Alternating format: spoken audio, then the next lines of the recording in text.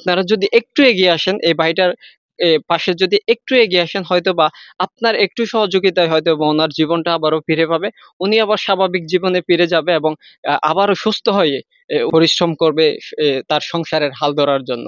আমি একটু চিন্তা করে যদি ভাইয়ের পাশে আসেন, তাহলে আমি মনে করছি একটু উপকার হবে। আসসালামু আলাইকুম। আর স্বামী হইয়া দে হট আগে সিএনজি চালাইতো।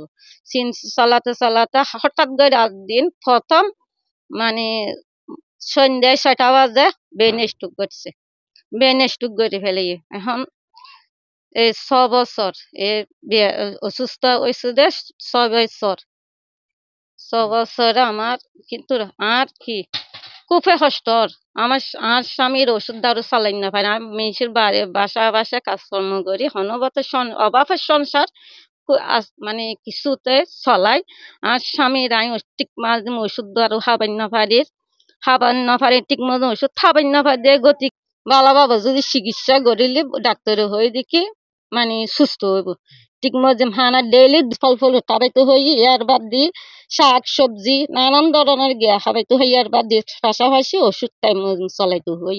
কিন্তু সবার খাস করে আর সংসার চালাইম নাকি ওষুধ চালাইম নাকি এবার কি ফল ফল খাবাইতে হই খাবাই না পারি আর কিছু এক কাম করলে আর এক কাম করি না পারি আর খুব কষ্ট।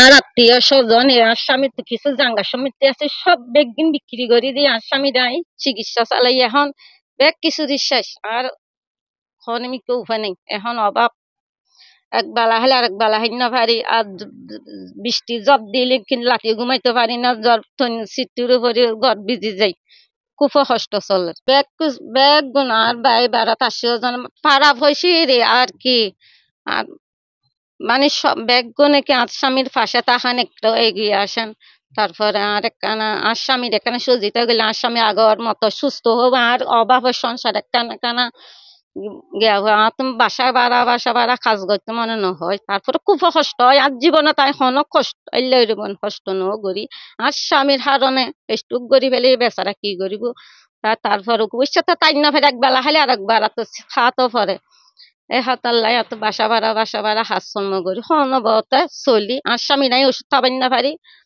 মানে সংসারত এত অভাব তো আপনারা ভাইয়ার যদি দইয়া মইয়া লাগে কেন আর স্বামীর পাশে তাহলে খুব উপর হয়। ওনার সংসারের যে বর্তমান অবস্থা এটা জানানোর চেষ্টা করেছি। আচ্ছা, আপনার যে যদি কোনো হৃদয়বান ব্যক্তি যদি আপনার কাছে যদি সহযোগিতা পাঠায়, হ্যাঁ, সেই ক্ষেত্রে আপনার বিকাশ নাম্বারটা যদি বলে দেন। জি 01869003494। হ্যাঁ বিকাশ বাদরবন বালাঘাটা সৌরসভার মাঠ 2 নম্বর ওয়ার্ড।